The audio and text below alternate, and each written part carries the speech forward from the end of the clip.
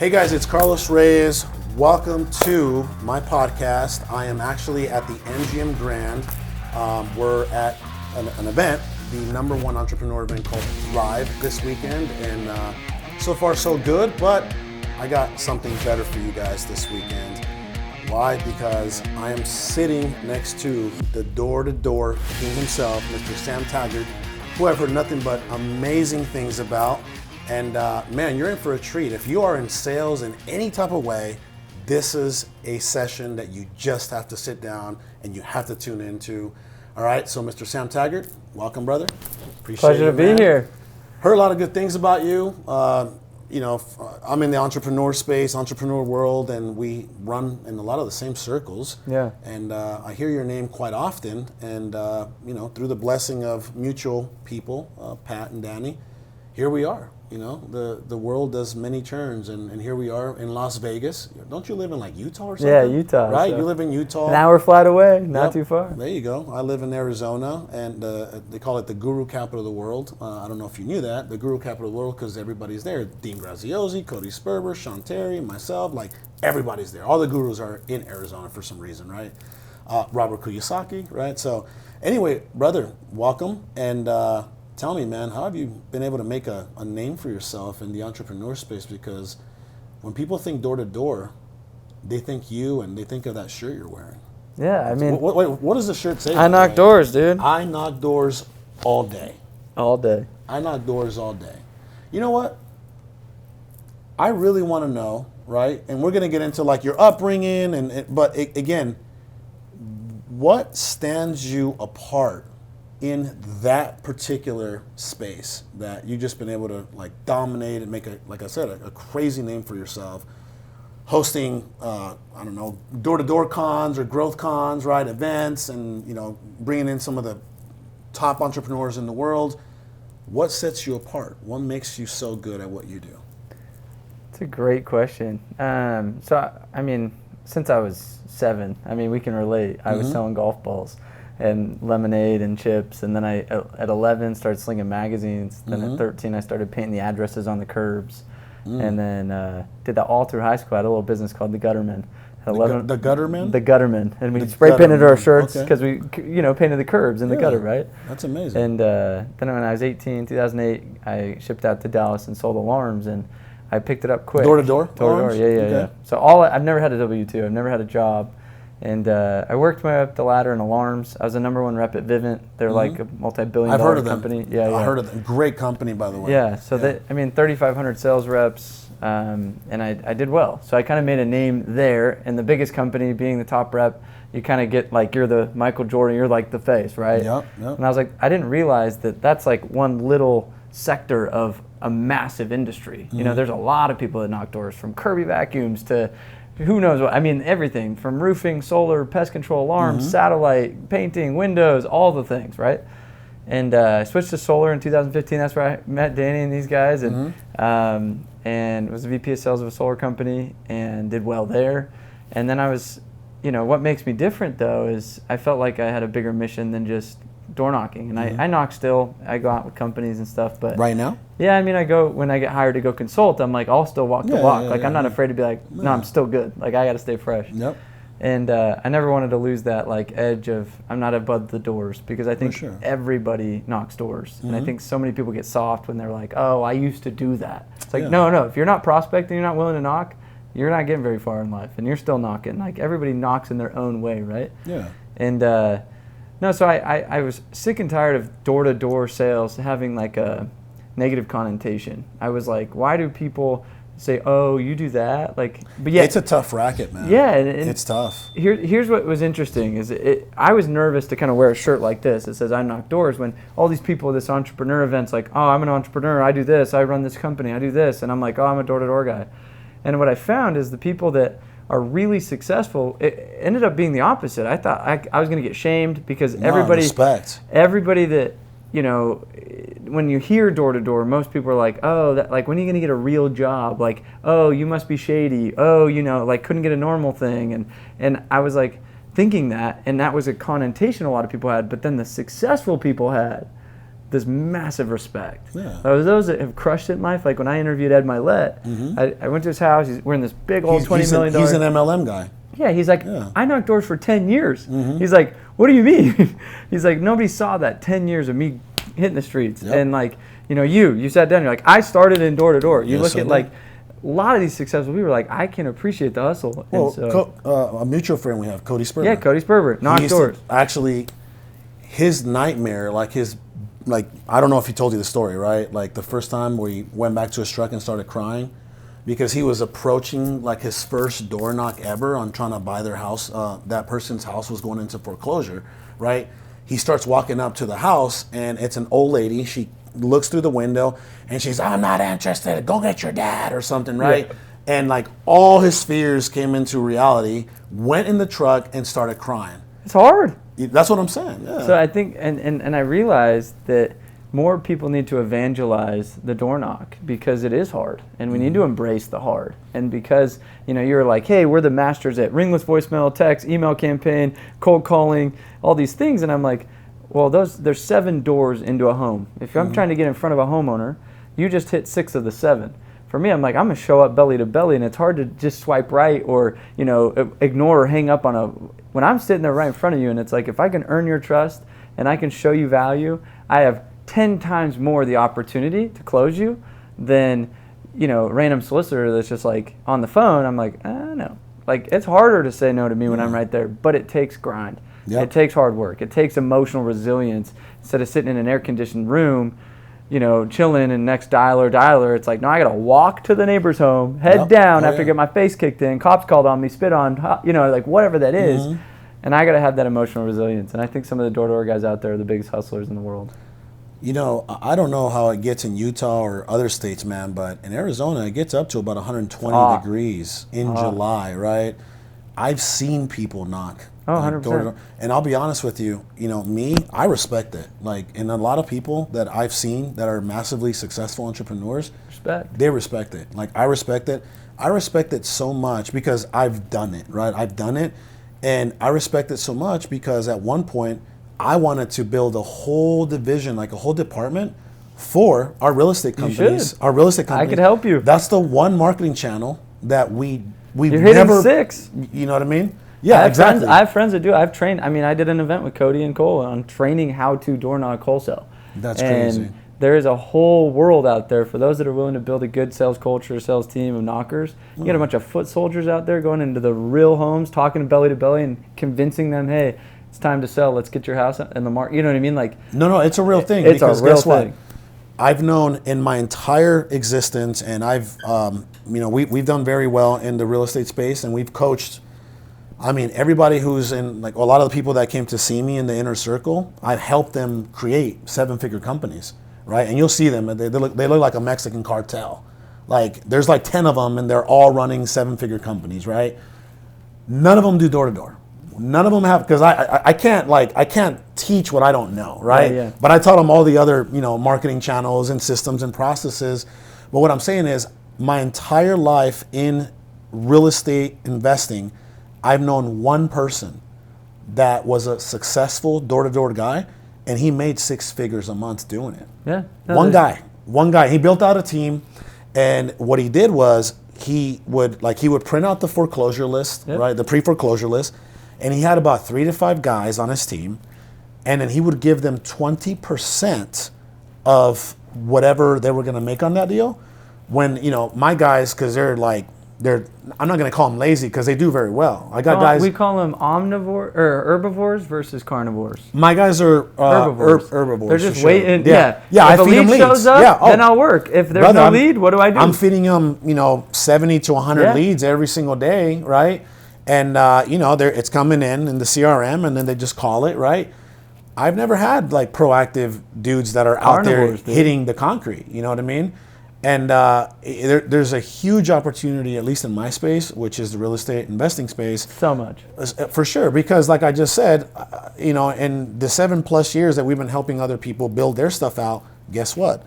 Like, I've met one guy that has a door-to-door division or department. It's a wide open sea. We talk about, you're getting the leads from similar lists as Yeah. everybody else. I'm like, hey, you're all swimming in this ocean. Yeah. But I'm like, there's a whole massive ocean of homes out there that aren't going to ever put their data into a lead base. For sure. I'm like, you just have to go find them. And the problem is most people don't know how to recruit the talent, train the talent, and manage that talent to go do so. And that's what we come in, is we teach that. Well, remember, we were discussing earlier, I had a solar company that failed. Like, Well, I was like, why did it cost you hundreds of thousands of dollars? We I started a invested- solar company with $0 and we No, crushed. well, first thing first, I brought over a guy from another, you know, Yeah. I had to pay him 6 figures. There goes $100K. I would have you paid know what I him mean? nothing. Commission, dude. Here you go. Oh, I had to pay him 6 figures because what I do very well, like Patrick was telling you, right? Like, I'll give you an example. I got a digital marketing agency. You know, I teamed up with a great, you know, ex-Google employee, campaign manager, right? And we started Magnus Digital, you know what I mean? A lot of our companies, we have 31 companies, and a lot of our companies, we have the infrastructure, we have the marketing, we have the money, but we don't have that A-list player. So we team up with an A-list guy, and then we become partners, you know? Yeah. So that's, I don't know if you know this, but that's the way that Tony Robbins has over 400 companies. Yeah. Because he just teams up with people, you know what I mean? But anyway, we teamed up with this guy. His name was Alan. And if you're watching, Alan, you know, you cost me hundreds of thousands of dollars. It's all good. Water under the bridge. So you can't win at everything. I've had an export company that's cost me 6 figures. That whole thing failed. It was called Inventory City. I've had a solar company that's cost me 6 figures. That failed. You know, I've had companies that failed. Like, people see the 31 companies, but I've had a handful of companies and lost a lot of money. And one thing that I can say is, you know, the goal for me isn't to lose hundreds of thousands of dollars every year. My goal is to lose millions of dollars. You know why? It means you're taking bets. Well, if I'm losing millions of dollars, that means I'm making a good amount, like 9 figures. You know what I'm saying? Our companies last year, our 31 companies combined, made low 8 figures. Our goal is this year is to make mid 8 figures, and then once our softwares are going, right, is to be able to make 9 figures in the next 3 years. You know what I mean? That's awesome. That's a real, and by the way, these are realistic goals, right? Realistic goals. And again, I've had my fair share of failure, especially when COVID hit. That's when my door-to-door solar company just went down. Oh, see, and that was the best. We should have paired up, teamed What's up with crazy- somebody who knew what they were doing. So I run a mastermind of door-to-door owners. Yeah.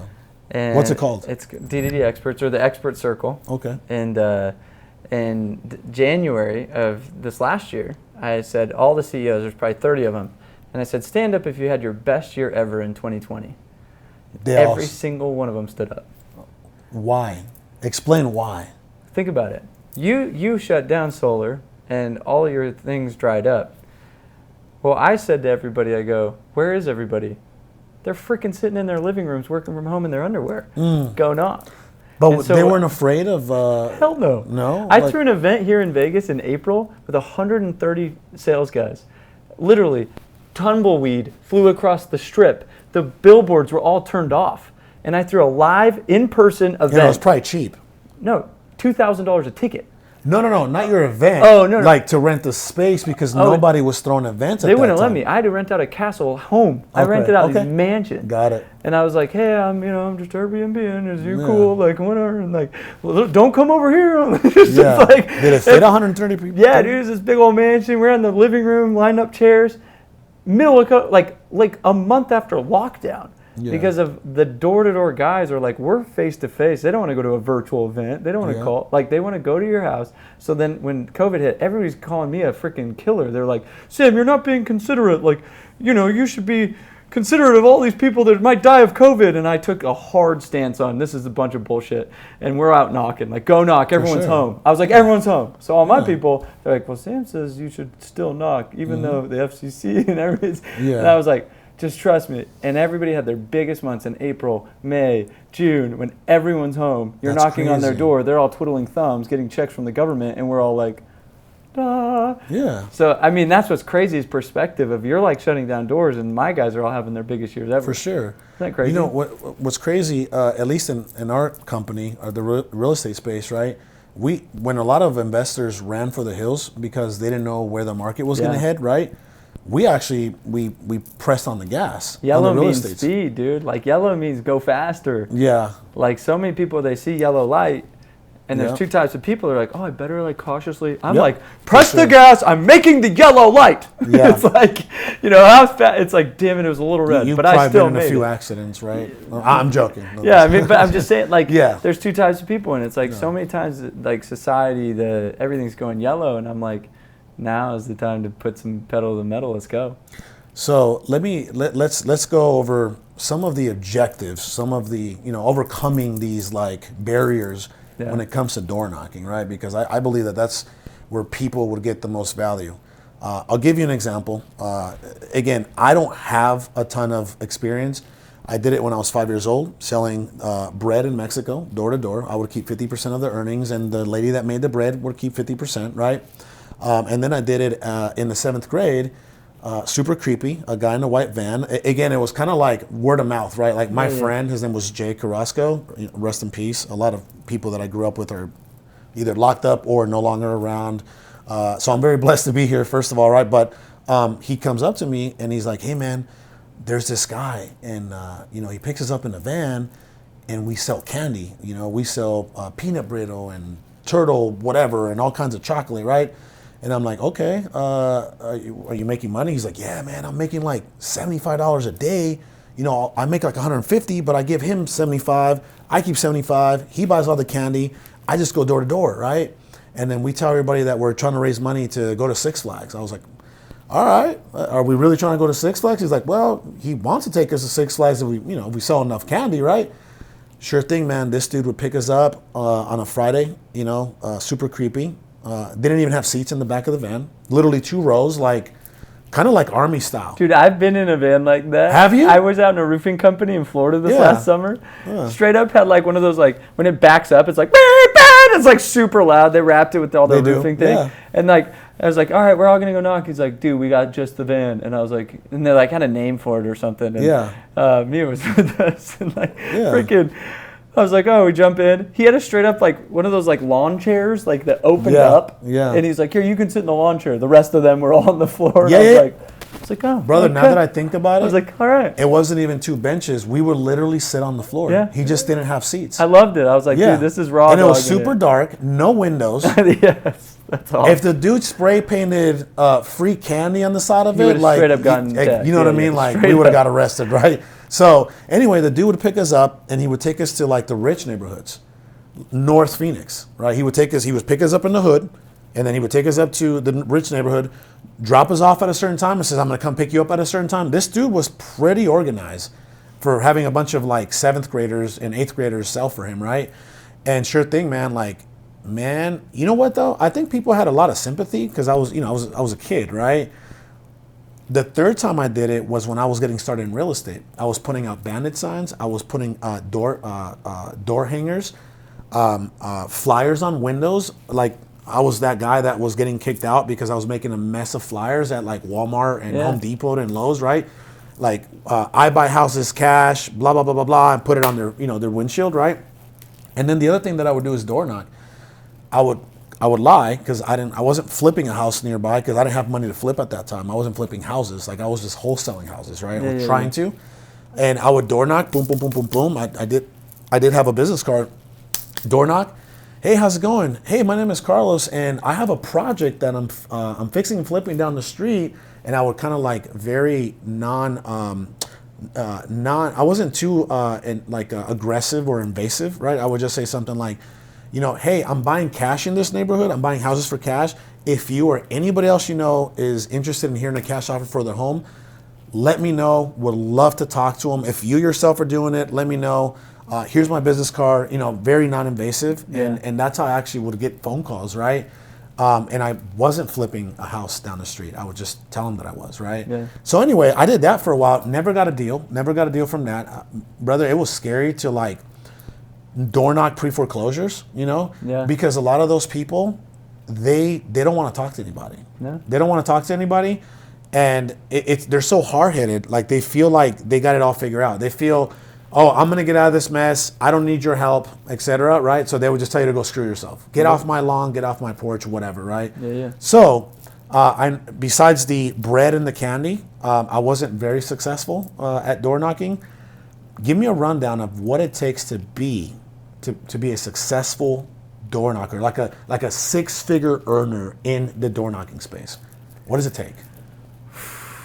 You're like, oh man, yeah. I was like, where do I start? Pandora's box. No, yeah. but the first thing is just get out of your car door. The hardest door is your car door. I mean, it was me at the gym last night. I'm sitting there, park, scrolling through Instagram. I'm like, I was like, you're like, do I do this? Do I go inside the gym? Right? Yeah, and I was like, just get on the bike. Like, just walk. You can scroll through Instagram on the bike. You know what I mean? It's just like, get on that first door. Yeah. And so my rule was, I'd park, and the second I took it into park, I had to sprint to the first door. There you go. And it was like, no matter what, you're running to your first door. And just that element of like getting the first door out of the way, it's that mini habit of like, okay, I knocked one door, might as well go knock another one. They weren't even home. You know what I mean? And getting yourself into motion. And I think a lot of the biggest problem in door-to-door is just we wig ourselves out. It's paralysis by analysis. It's like, where do I knock? Who should I knock? What if they say no?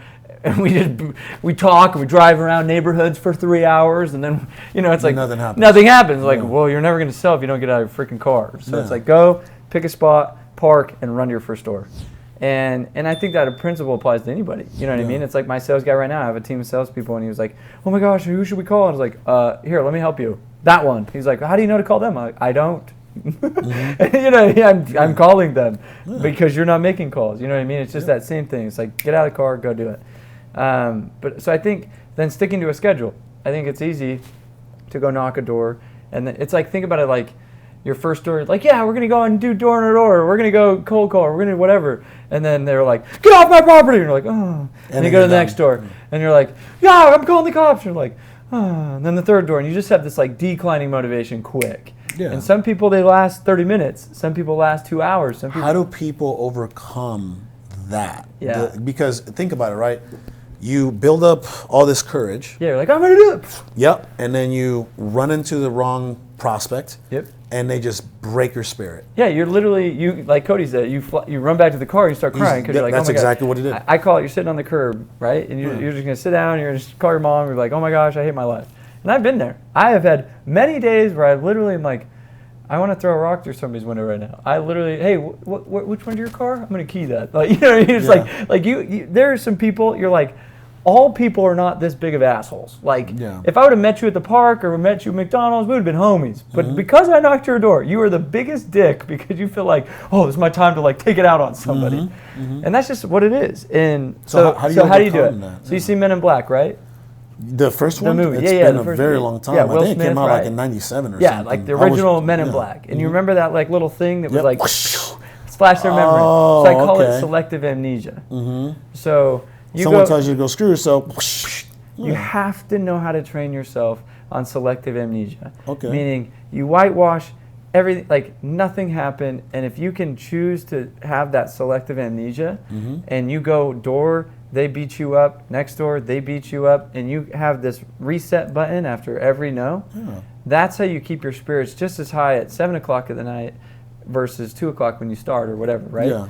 And I think that skill set of being able to have that skin and that emotional resilience to forget and just move on is what keeps somebody going all throughout the day. Would you say that's what separates the successful door knockers versus the non-successful door knockers? Yeah, and I think there's an element that they grow like a thick skin for it? Yeah, and I would say it's like consistency and emotions because it's kind of like you don't ride the highs and ride the lows. And I think like somebody in life, like you get these guys who are like, I got a fucking sale, yeah! And they're just like calling their friends and mom and they're like, yeah! And then like they get beat up 3 doors down and then they're just like, no! I don't even know if I'm good and made out for this. Like, you know what I mean? And that's like the entrepreneurial roller coaster. That's like, for sure. So it's the people that on the highs, they're just like, oh yeah, I'm killing. Yeah. And on the lows, they're like, it's just another day. That's just like whatever. And so I think that combination of selective amnesia and kind of not like staying just emotionally even kill and just saying, I expect to have days that are rough and days that are great. And I do this thing every day. It's just consistency. It's not for everybody, right?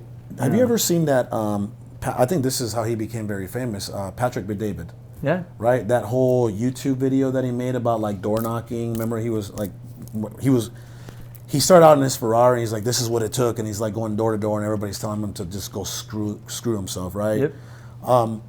a lot of people may not realize this, but that is the entrepreneur. I think That's door knocking entrepreneurship. is like It's entrepreneurship. exactly. It's like, that's why I say, my coin term, I'm writing a book right now called The Achievement Framework. And the whole premise is opportunity lies behind the door. And so here, like, this could apply anywhere. And the way you know how you got dropped off in 7th grade? Like, he took you in the van. He's like, all right, I'm dropping you off here.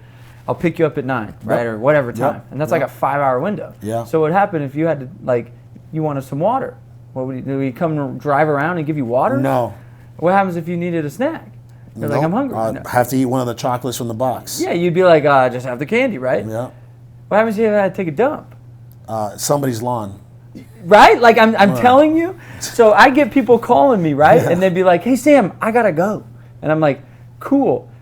What nobody's thinking is you're in a neighborhood with 400 homes and an average of 3 toilets per home, and you got 1,200 toilets you could pick from. Yeah. Yet you're calling me that's 30 minutes away from you to come drive 30 minutes and take you to a gas station, pick you up. Like, but you just, like, everything you need lies behind a door. You just got to go knock it. There's a drinking fountain, there's sinks behind the door, right? There's food behind the door. There's your money's behind the freaking door.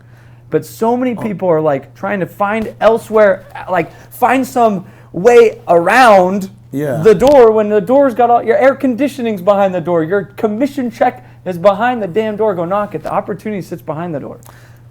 Respectfully, if one of your guys asked if they can use the restroom, I don't think I could do it. So, you are not about to drop a bomb in my household. Dude. So I'm the only one dropping bombs in my household. You know? Then you might get a no. Yeah, I'm sorry, bro. Like, hey, you might say, hey. Go to QT. running. There's a Circle K a mile down. You go figure it out. But that's the thing. Would you let somebody drop a bomb in your household? Dude, I clogged the toilet one time. It was one of the most embarrassing in somebody else's household? Yeah, dude, it was bad. You probably didn't get the sale then. Oh, no. It was like one of those moments. You're like, if I don't go right now, I will end up crapping my pants. It is going to be more embarrassing. For sure. And, dude, I have so many crazy stories. Well, hold on. All right. So let's talk. I'm sure there's a lot of crazy stories when it comes to door knocking, right? Yes. So one is, have you ever asked somebody if you can use their restroom? Oh, 100%. And what's the worst that they could say? That. You knock door. Hey, I've been out here all day. My office is the neighborhood, and unfortunately, they don't got porta potties on every corner. So would you take, like, I know this sounds crazy, but is it cool if I just use your bathroom? Like your crack is full of sweat, and you want to use my restroom? I mean, that didn't go through their mind? People are nice. More people would respond better to that than they would, let me sell you solar. Okay, if you were a Mormon, like, I would be like, okay, or a Jehovah's Witness, okay, it is my God, duty to, but if you're sitting there trying to sell me like an alarm package and you're like, hey man, can I use your restroom? I'd be like, no, bro. And then guess what? I either get to overcome the objection, just like you have to do with anything in You're life. not going to convince me. Then you move on to the next one. Okay, I'm like, you know what I mean? You're not going to. But that's the thing. Some people just aren't your customer. Yeah. No, I'm saying you're not going to convince me that you can drop a dump in my house. And some people aren't your customer. Okay. But I can go next door and convince them to drop a deuce. See what I mean? If you can convince them to drop a deuce, I feel like you can convince them to buy anything from you. There you go. Okay. So that's why you just got to get better. Okay. So that's the thing. Like that's the whole point of what I'm trying to make it. Yeah. Is some people have it up in their head that they're like, I'm never going to be able to let somebody use their bathroom. I'm like, that's your problem right there. That's why you're probably not successful. Yeah. That's probably why you're not making the money you're trying to make. That's probably why you're not winning in business. That's what I'm trying to get at. Is like everything is door knocking. Everything. All the opportunity lies behind the door. It's like if you wouldn't have picked up the phone and started this business or called that guy or made this prospect or called up Cody and was like, hey, let me do this, or called up Cole and said, let me speak at your event, or nothing's going to happen. Yep. And what if Cole was like, no, I don't want you to speak at the event? Then you'd be like, that'd be like you saying, I'm not going to let you use my shitter. Yeah. And Cole's like, okay. And then again, how many times did freaking Sonia call The Rock? She did every freaking thing to try to relentlessly knock on his door to try to get The Rock to come here. Yeah. That's door to door. Yeah. Or she could have just been like, oh, he didn't DM me back. Oh, he didn't let me use the crapper. She would have made a great door knocker. She relentless. Right. So like that's why I say when Ned Light came and spoke to our audience, when Tim Grover came and spoke to D2D Con, and when Jordan Belfort came and spoke to Door Con, like all three of them come up to me afterward and they say, that is the coolest audience I've ever seen in my life. My tribe is some of the hustlers of the world because they're willing to say, let me use your bathroom. Yeah. Where 99% of the world is too pussy to do that. Absolutely. Let me ask you this. When it comes to door knocking, right? I feel like if you're a great door knocker, you can be a great anything. You can do anything. I was just thinking that. You can do anything. Like, that's what I'm telling you. If I think about it, right? Watch this. If I grab one of your door knocking sales dudes, put them in an office Holy crap. that has air conditioning, Yeah. leads every single day. What happens is you convert them to an herbivore. Yeah. You ruin them. But I don't know. They're really good, but it's hard to get them to go back to carnivore if you ever need them to go back to carnivore. So there's the Omnivore World. When you try to make them eat meat and hunt and give them leads, they break. Okay. And so just caution. And I've trained a lot of companies. I've consulted over 250 companies in their offices, been there, helped thousands of salespeople all over the world. And it's just funny, but you convert carnivores to herbivores, but you can't convert herbivores to carnivores. And so it's like, just make sure you know, but they have it in them. If they're good there and they could succeed here, oh, you better damn well know that they're going to run circles around these cats. They're going to be like so grateful. They're like, you're telling me you just call the numbers that are handed to me and they're interested already? Like, I need to hire some door knockers. Oh my gosh. To be sales guys. I just hired 4 this week.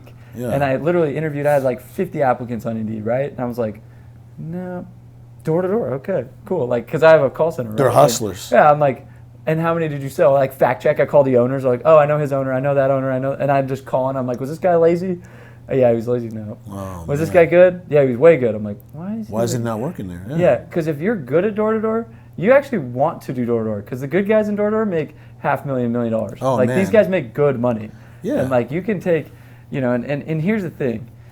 If you're an herbivore and you're somebody just waiting on leads, you're only as good as the lead and the marketing behind it. Yep. If you're good at door to door, there's millions of homes out there. It's just you're as good as Requires you are. no marketing. No marketing dollars. No dollars. No limit. There's no restriction. Yeah. It's the only restriction is what's going on between your two heads to try to convince you not to knock. Yeah. That's the limit. Let me ask you this: a great door-to-door guy, how many hours does he put in one day, and how many doors does he knock? It's a really good question. I mean, there's different let's do this. No, but there's different industries. Yeah, you have so roofing, let's just solar, say, okay, let's you do have summer-only programs. You have year-round programs. All right, but what industries are similar as far as like the time and the amount of doors that they can do in a day? Like, would you say roofing, solar? Roofing and solar similar. Pest control. Pest control is going to be your hustlers. Like, those guys are the dudes. They like I ride a scooter. They ride Segways. Like, I'm talking. They do? 300 a day. Like, I'm talking 9 a.m. meeting. On the doors by 10. Don't get off the doors till 9:30. What? Hold on. This is crazy. I love where this convo's headed. Let me tell you why. One of the biggest white buffaloes, like the one that got away, right? Was a pest control guy. I remember this dude. This is before I lived in a gated community. I was just barely starting my business, and I was hiring acquisition guys, right? We were just starting to scale our company. This pest control guy, young kid, right? Knocked on the door, and he was trying to sell me $70 worth of pest control. Like $70, right? Every quarter. I think so. No, actually, I think every month. Or every month. Yeah. So whatever. Monthly. But man, I need this dude to work for my real estate company. Oh, they're great. I need this dude. And guess what? I messed up. I lost his card, and you know what I did though? I remember the company. And I called the company, and his boss would not give him up. Oh, hell no. His boss would not give him up. Oh, we protect it. Dude, when I hosted Door-to-Door Con the first year, even still today, I'm talking like, everybody's like, I'm not bringing my guys to that. They're just going to get recruited. Like, For sure. I have recruiting police, no logos. I duct tape people's swags. You can't, like, it is very strict. That's a real thing. It's a real thing. Like, I'm talking, you protect your tribe. Like, you're like, these are my studs, ninja warriors that go out for me. For sure. So, what are the top 3 personality traits that a great door-to-door salesman would have? What are the top 3? One is just work ethic. Okay, work ethic. Attitude. Would you say that's the number one thing? Yeah. Work ethic? You can't teach work ethic, so right? Who did I recruit? Farmers from Idaho, wrestlers, athletes. You know what I mean? Like, guys that knew how to grow up. They didn't grow up with a silver spoon. You know what I mean? Like, I love Latin dudes. Like, the guys that were hustling in the streets out in freaking Puerto Vallarta, those guys are going to sling door to door. Like, absolutely. They're hustlers. Yeah. And it's like, the work ethic, somebody's hungry. Number 2 is attitude. So like I had 2 rules on my team. I'm like, if you work the hours and you have a positive attitude, you always have a job here. You don't do those 2 things, you're done. And most of the time, those dudes make good money, right? Make great money. Yeah. And so positive attitude. And then the third one would just be simply consistency. So guys would go hard for a day, and then they're like, oh, I made $3,000 a day or whatever. And then they just don't work for 3 days. And you're just like, you idiot. Like, if you would have just worked every day. They take your foot off the gas. Yeah, so consistent, hard work, and positive attitude. Yeah. I got a guy, it's funny, you remind me of this, you know him. I love him, by the way. He's one of my top guys, John Hutton. He's an acquisition guy for me. He's going to produce $1 million gross revenue for a company on just acquisition. That's profit, right? That's 1 million profit, gross profit, right? And this dude only makes about 15 to 20 dials a day. The bare minimum in my office is 50 dials a day, right? And I tell this guy, and my business is headed into the virtual acquisition model, right? Yeah. I have 6 virtual acquisition virtual closers now because, again, there was so much like turnover in the physical like having them there, and they wouldn't make the calls. And then I like these virtual guys are making 80 to 100 dials a day, right? They have work ethic. This guy, he's going to produce he's like 1.2 mil in profit for our company, one guy, right? And if this dude would just make 40 to 50 dials a day, he would produce like 2 mil, you know? He hasn't even tapped into what's possible. Exactly. And that's what's crazy. So like this, I did a podcast with this kid who knocks $300 to $350 a day. He tracks it on an app. Like he literally, and he carries 2 Segways with him every day. And I was like, why do you have 2 Segways? He's like, no, I've gone through 5 this summer. And I was like, what? He's like, oh, you don't knock enough doors unless you know that the tires go bad and you need a second battery to have. He has 2 charged. He's like, I don't waste time even like having to charge my other Segway. You know what I mean? Like, he got it down so dialed to where his efficiency, he's gone, like, and I was just like, oh, wow. He's definitely leveraging technology for sure. He knows how to go through speed, and that's what makes him one of the best. For sure. Where the same guy might feel like, man, I worked my ass off all day, might have talked to 30 people, and he's like, oh my gosh, so it's this concept of not very efficient. It's like one man's hard work is another man's lazy. And we're always going to give ourselves an 8, 9 of work ethic. When I ask a guy in an interview, hey, where would you rate yourself 1 to 10 on work ethic? What's he going to tell me? Like, 8, 9, or 10, right? He's like, oh yeah, I'm a 10. I'm like, 10 to who? Yeah. You, of course, because you're going to justify why you're not lazy. And so for him, he's like, yeah, I'm working hard, I'm doing the thing. And it's like, how do you create a culture? And this is what we're experts at, is culture. And it's how do you create a culture that pulls out the greatness and the competitiveness and the work ethic in those individuals, where it's not about the money. He's fat and happy making good commissions, right? So it's like the culture needs to call for higher production, not so much as commission, where he doesn't care what his Friday checks look like. He cares about, is he winning or losing on the leaderboard? And you're creating a culture that's pushing the needle.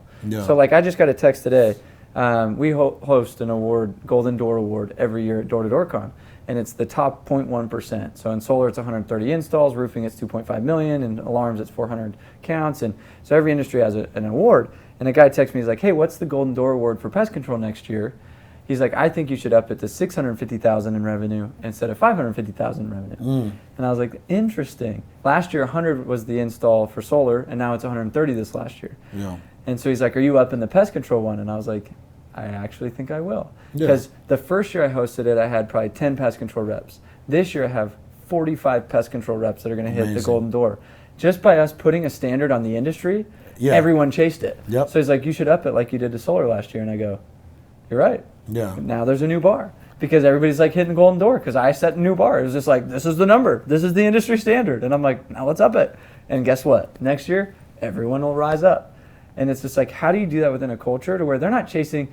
They'll make a lot more money. They'll make another 50 grand this year if they go do from 550 to 650. But the problem is nobody was asking to go do 650. No one was asking. There was a guy this year that did 1.1 million in pest control. And everybody's like, what the hell? He got a double Golden Door. Now it's like, okay, now that's the new number. Go beat him. And just continue to break your own records. And I think that's where creating cultures and environments that doesn't, like, he's not looking at his bank account. He's just saying, I want a double Golden Door. I want to be the best in the world in ever history. And that's what I'm chasing. That's amazing. You know what I'm saying? So let me ask you this. what are the top door-to-door industries in the world right now? Solar's the hottest. Solar? Sure. Yeah. Okay. So I mean, give me the top 3. So it goes probably solar, roofing, and pest control. Okay. And there's income's great in all those. Alarms is kind of fading out. A lot of the alarm guys are transitioning to solar. Yeah. Like literally just got a text from the VP of ADT today, and they just launched and acquired a solar company. I mean, I'm talking ADT. Yeah, big boys. And so, Vivint Solar, they were alarms, they started a solar division, right? Yeah. And so solar is it's a 3% market penetration in the country. And so you think about it, like everyone pays a power bill, everyone wants to save money, and there's big commissions in it because of, the market. I mean, it's just a big ticket sale. You're selling a $50,000 solar project.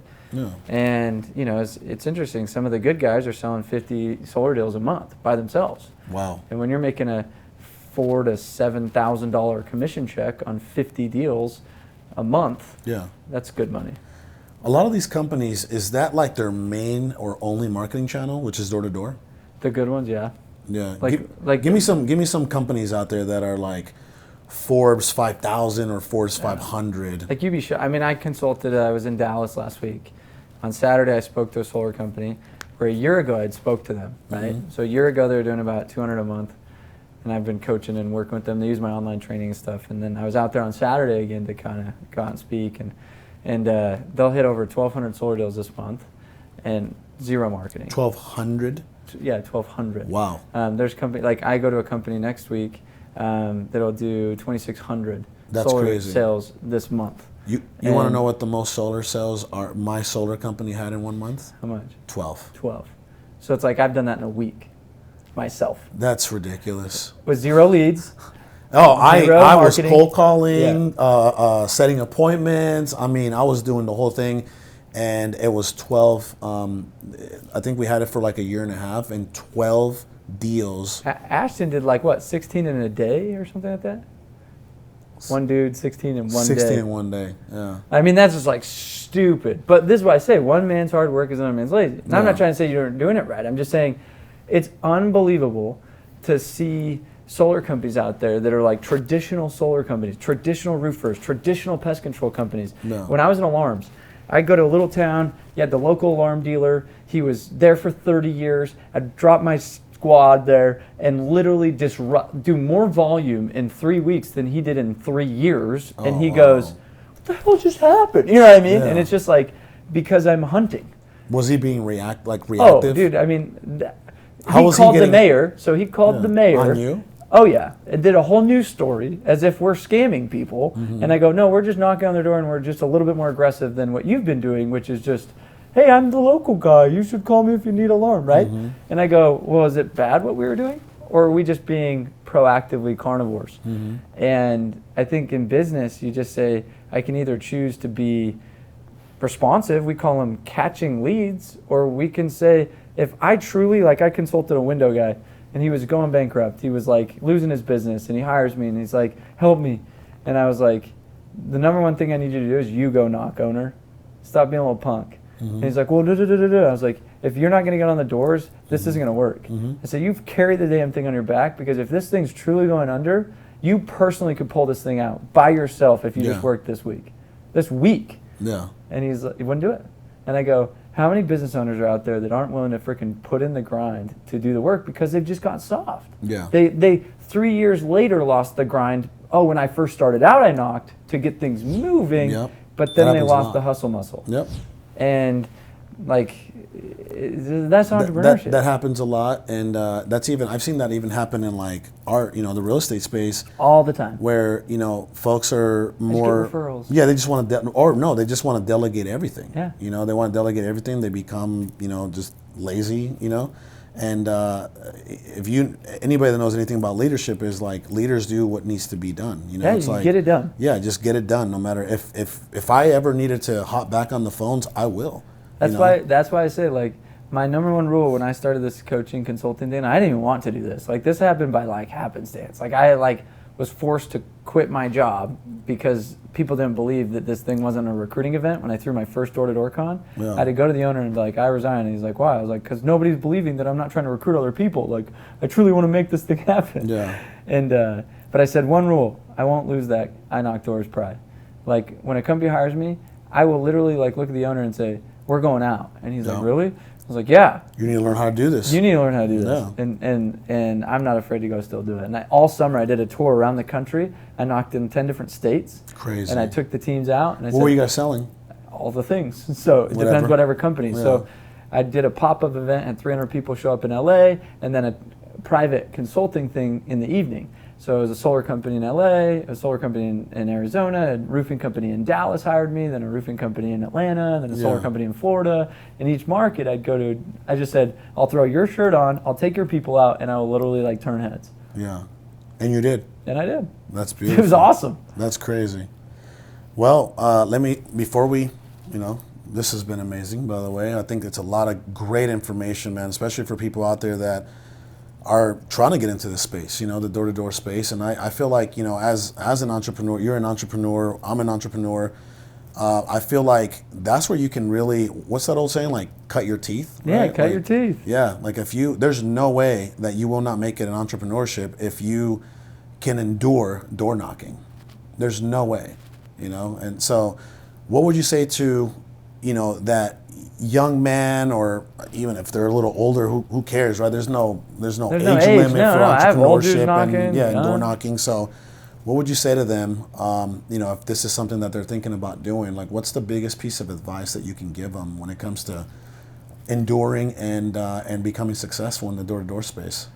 Yes, just don't be soft. You're going to go out there and like, oh, it doesn't work. I'm like, I could debunk that in 30 minutes. And I don't care. Like, I have a girl hit me up yesterday. She's like, hey, I sell candles door to door. You know what I mean? Like, I don't care what you're slinging. Like, wow. But I would say, one, invest in yourself in training, because it's really frustrating when you don't know what the freak you're doing. Mm-hmm. You know what I mean? And that's why our company, there was no tools, there's no resources, there's no content. And that's why we came out with Door to Door Experts, is we were like, well, let's train these kind of people, you know what I mean? Like with a real estate pitch, or like how to craft that, how to overcome those objections. You're going to get objections like, not interested, I'm busy, go away, we're calling. Mm-hmm. Like, how do you bob and weave that, right? Yeah. Because it's really frustrating going 100 doors, 0 for 100, and then you're like, damn, I just wasted 2 weeks or a day. You know what I mean? That's like, discouraging. It's discouraging. So just learn how to do it right, so you don't it'd be like if I were like to, never had played golf. I love golf, but it's like let's say I'm 30 and I'm learning how to play golf, and nobody showed me, I never watched a video,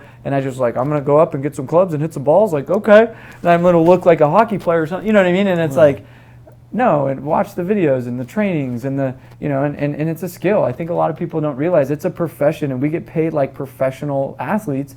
We get paid professionally to knock doors. Yep. And if you want to be good at violin or piano or anything, you would have invested in training and a coach and have some kind of learning process to do it the right way, instead of just kind of like, well, I'm just going to go out there but even if you didn't do that, doing is better than just thinking about it. You know what I mean? So I would say just like invest in doing it the right way, have integrity when you do it. My whole mission is to unify, up-level, bring honor and integrity to the door-to-door space. For sure. And it's so frustrating when you hear people just doing it the wrong way. And just get out and do it. For sure. Let me ask you this. Can someone become a millionaire door-to-door knocking? No, it's impossible. You're lying. I know you're lying. I'm sure that... I was a millionaire at the age of 24. Door knocking. And you've seen plenty of people. Yeah.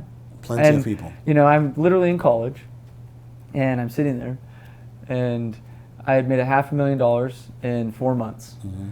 And I'm looking at... What were you selling? Alarms. What kind of alarms? Like, alarm. Like, okay. Yeah. And I'm looking at the professor, and I'm sitting there just like, what am I doing? What am I doing here? This guy makes $70,000 and he's teaching marketing, and I'm like, I literally worked 4 months, and I'm like, what if I get to play for 8? Like, I literally skied, went to Europe for a whole month. I went, living your best life. Yeah. And I was 23 that year, and it's like, what am I like?